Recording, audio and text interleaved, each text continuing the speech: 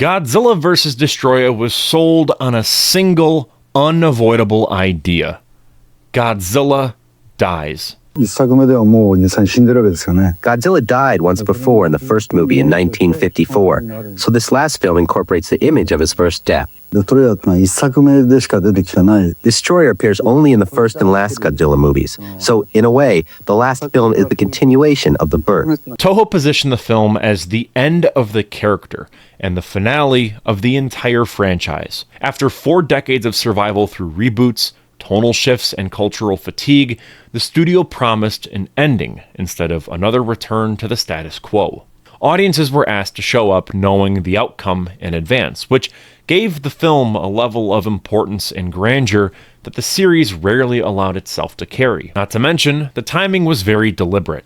The early 1990s were saturated with high-profile character deaths designed to dominate headlines. Comics set the template, most notably with the death of Superman in 1992, where permanence became a marketing strategy. Godzilla's death was framed in the exact same way. The film was treated as an event, as opposed to just another sequel in an endless franchise, with finality doing the heavy lifting long before anyone even saw a frame of footage. The film was conceived from the get-go as a definitive endpoint for the Heisei continuity that began all the way back in 1984. Director Takao Okawara returned to close the era alongside screenwriter Kazuki Omori, who had spent the series treating the films as a single serialized narrative. Special effects director Koichi Kawakita emphasized instability and physical deterioration in the suit and effects work, presenting a Godzilla barely holding together. Destroyah was designed as a thematic counterweight, defined by cruelty, escalation, and multiple evolving forms, which allowed the film to shift from grounded military horror to large-scale apocalypse without tonal breaks. Although Toho expected the franchise to continue in some form later down the road, the production committed to finality. Godzilla's death was depicted on screen while Godzilla Jr. survives to inherit the role, a deliberate handoff rather than a narrative reversal. The film performed strongly in Japan upon release and gained a reputation for its darker tone and sense of consequence. Over time, Godzilla vs. Destroyah has come to be widely regarded as one of the strongest entries of the Heisei era, in large part because of how firmly it commits to its ending. As a kid, this was always one of my favorites. It felt like lightning in a bottle, and everything about it just worked. All of this just works. I'm not kidding. However, I was a kid. Let's see if it holds up. This is Godzilla vs. Destroyah.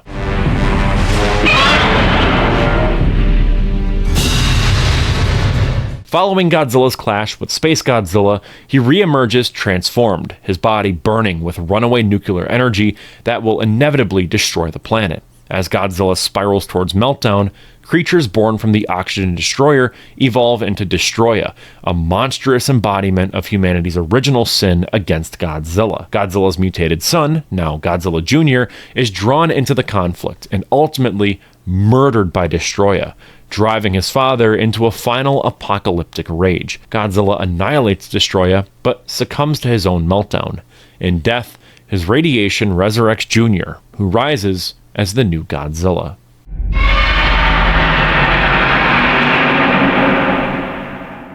Godzilla vs. Destroyah approaches its story with a fixation on unresolved history.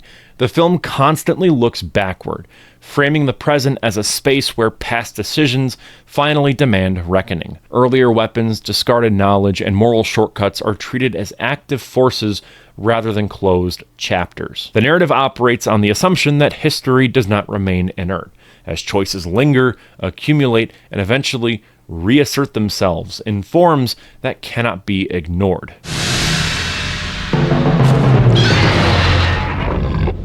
Destroyah embodies this philosophy more directly than any previous antagonist in the series. His existence traces back to the Oxygen Destroyer, a weapon introduced back in 1954, 4 decades prior, as an unrepeatable horror. The film challenges the belief that secrecy and sacrifice were enough to neutralize its consequences. Prehistoric organisms exposed to the weapon evolve over decades, and their transformation suggests that burying knowledge doesn't actually dissolve its effects. Destroyah emerges as a delayed response to a moral compromise that was never fully confronted the right way. The monster functions less as a villain introduced for escalation and more as a reminder that extreme solutions leave residues capable of mutating into something far worse. Godzilla's meltdown follows the same logic of accumulated consequence. The film frames his condition as the result of repeated exposure to radiation across the Heisei era, each encounter adding stress to a body that was never designed to contain infinite escalation. His nuclear heart fails because the systems sustaining him have been pushed beyond endurance. The meltdown reframes Godzilla's longevity as a liability, turning survival into a slow structural fail. The monster becomes a symbol of Cold War power carried forward without restraint, still functioning long after its underlying logic has collapsed. The human storyline reinforces this emphasis on inherited burden through Kenkichi Yamane's role in the narrative. His connection to the events of 1954 collapses the distance between the franchise's origin and this current endpoint. The film presents legacy as this unavoidable transfer of responsibility as opposed to some chosen honor. Characters are forced to address consequences that they didn't personally create, yet they are obligated to manage it. Knowledge travels forward through generations, and with it travels accountability, binding the present to unresolved decisions from the past. Godzilla Jr. introduces a fragile deviation within this very framework. His existence suggests a future not entirely shaped by humanity's history of weaponization and fear. He represents continuity without the same ideological baggage that was carried by Godzilla himself.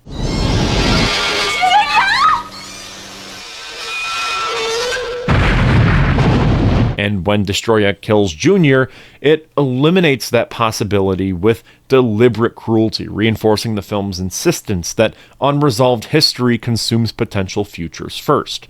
Godzilla's response is outright driven by grief, as opposed to conquest or anger or violence. And that violence that he does end up committing only carries the weight of finality instead of the usual triumph where he roars and walks off into the ocean. Here, he doesn't get to walk off into the ocean. Tokyo survives through constant intervention, left irradiated and abandoned even after the immediate threat ends.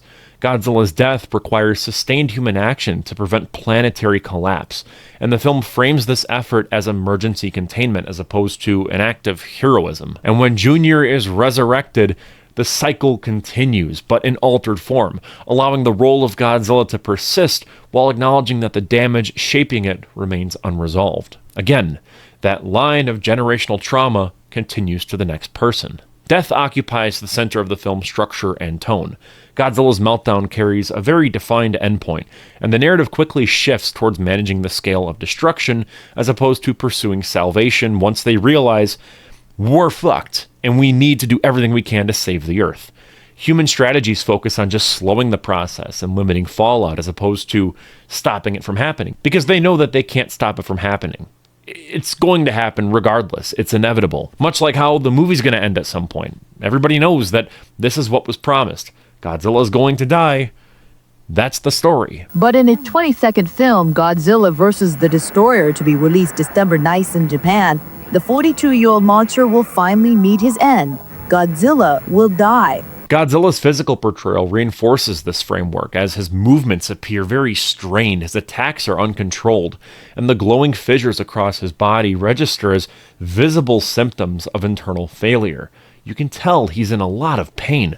Destruction becomes a byproduct of proximity to something breaking down in real time, and the film presents Godzilla as a public death, unfolding on a global stage with no privacy and no dignity. The film closes on the understanding that history can never be erased, only carried forward, reshaped, and paid for in full. When I watch Godzilla vs. Destroyah, I always get the same impression right away. The filmmakers walked right into this one knowing exactly what they wanted the movie to be. The whole thing carries itself like one big grand finale, and the confidence shows up in the way it refuses to bend toward whatever was popular in the mid-90s. You do get a few genre touches that pop up here and there because, of course, this movie is going to dabble in that, but for the most part, it stays committed to its own tone and its own priorities. And that commitment is a big reason as to why it feels so definitive within the run of Heisei films. The connection to the 1954 film could have been very embarrassing in the wrong hands. It could have been nostalgia bait slop because it would have been so easy to make it that way and to treat the original film like, oh, we're going to soft reboot it, clap when you recognize the oxygen destroyer, but it doesn't do that. I clapped when I saw it. The callbacks do show up, but they're framed as necessary context that still matters in the present. The movie treats the original story like a wound that never fully closed, like any good sequel should.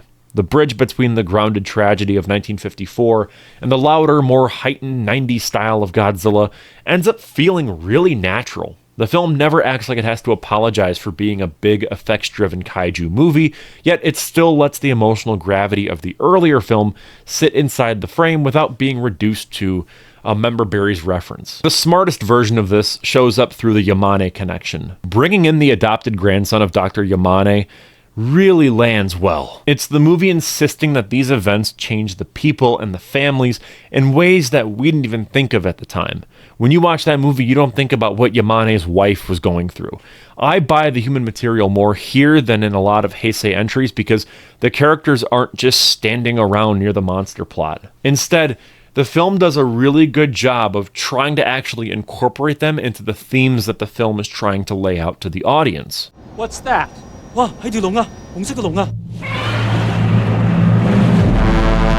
To me, burning Godzilla is a huge reason as to why this movie feels so alive. I love this design because it communicates the movie's central fear before anyone even says a word. You see him, you know that this is dangerous, this is not normal, and he's in a lot of pain, so something must be very, very wrong.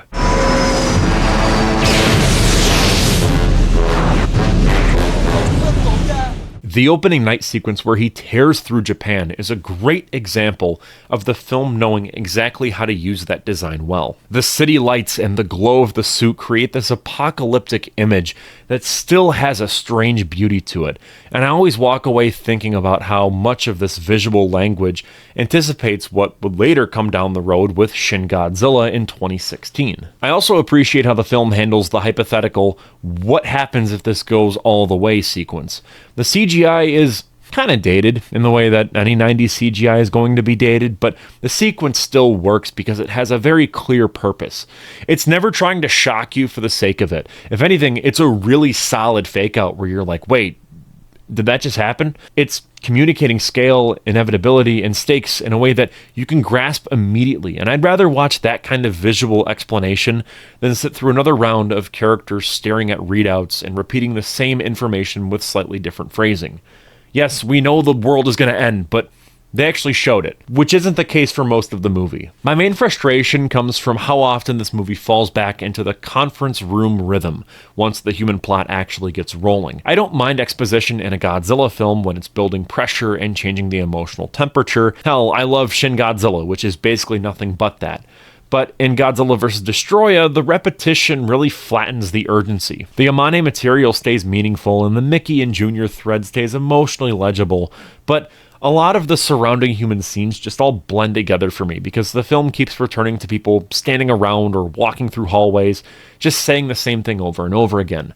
The cinematography here is very boring in those moments, which is a shame because there are scenes where the cinematography looks gorgeous.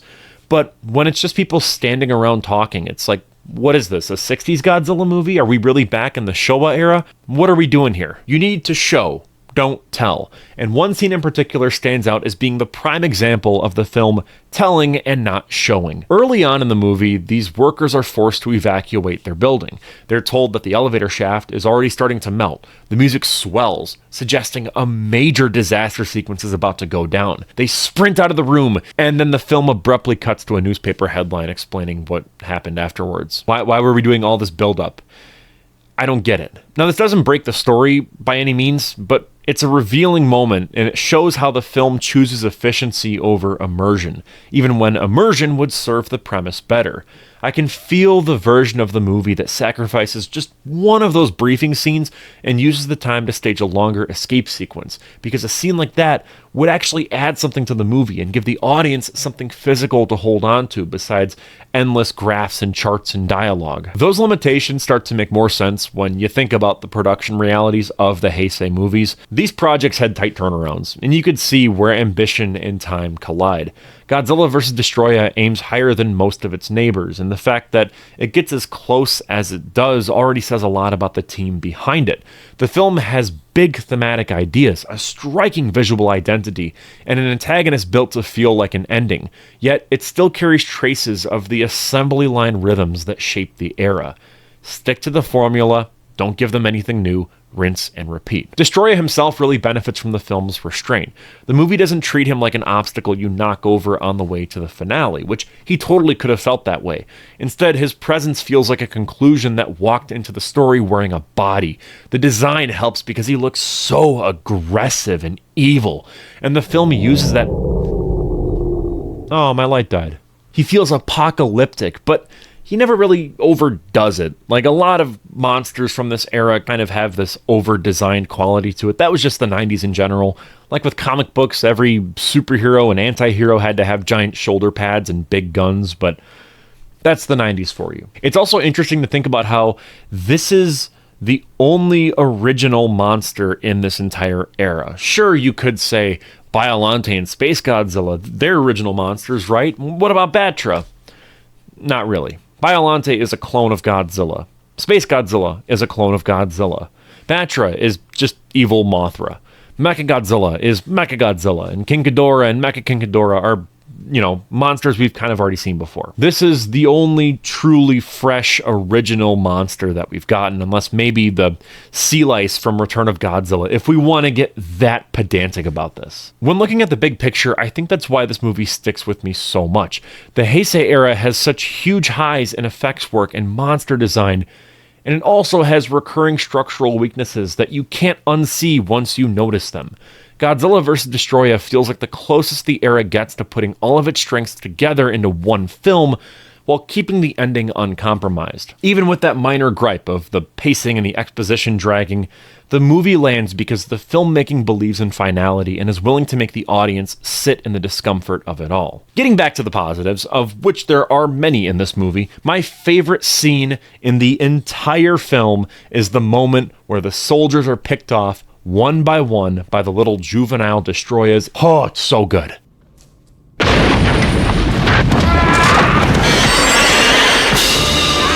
It's an overt homage to Aliens, and it works beautifully. You can feel the walls closing in, you can feel the panic building, you can feel how quickly a situation turns hopeless once the creatures stop being an abstract problem and start being a presence in the room with you.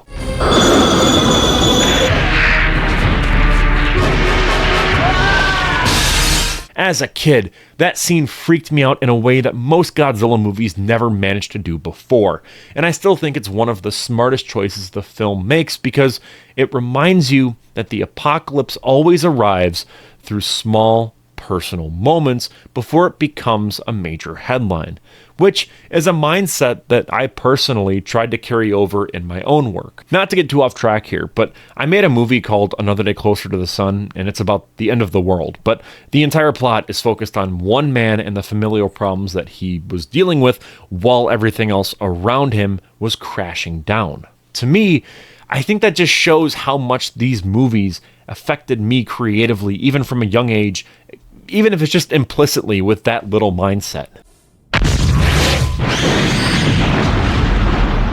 I don't think about this movie as the one with the cool final monster, or the one where Godzilla dies, or the one where James Rolfe goes, Destoroyah! Destoroyah! Now you may be wondering, why am I saying it as Destroyah and not Destoroyah? I've always said Destroyah.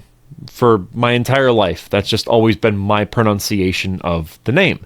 And that's because that's the English version of the name. I'm not going to be performative and pretend to speak Japanese and say Destoroyah, just like how I don't say Gojira. I say Godzilla because That's how Americans know the character. That's the real name here in America. I'm going to stick to that. If you want to pronounce it as Destoroyah, you are more than welcome to. I'm not going to judge you, just like maybe you shouldn't judge me for saying Destroyah or nuclear instead of nuclear. I just say nuclear. I'm from Wisconsin. I'm trash. Leave me alone. Getting back on topic here, outside of pronunciations.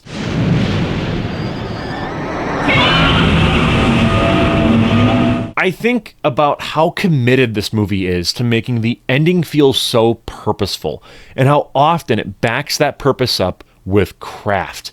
The film treats the 1954 movie with so much reverence. This is the perfect companion piece to that movie. In fact, it's done so flawlessly, there are some Godzilla fans who theorize that this was set up all the way back in the 50s, and that the Oxygen Destroyer was always a setup for Destroyah to come along later down the road, which, no, you're schizophrenic, please take your medication. But I think that just goes to show how good the writing is. If it feels that purposeful and it works that well. I want you to stop and think for a moment. Think about how many movies and TV shows have had terrible endings. For a moment, neither moves, as if moving will make this real. We see John with his hand still on the hilt of the dagger he just lodged in Danny's heart. I know I'm kind of being topical here, and I don't want to do that with these. I want these to kind of be evergreen, but Stranger Things just ended. On the day that I'm filming this, it ended. The ending came out, and it's kind of mixed from people. A lot of people are like, eh. And as soon as this show ended, they immediately announce a bunch of new spin-offs and prequels and live-action stuff. And it's like, is that even the ending? Look at Avengers, for example. Avengers Endgame was supposed to be the end. End is in the title. It was the end of Iron Man's story. It was the end of Captain America's story.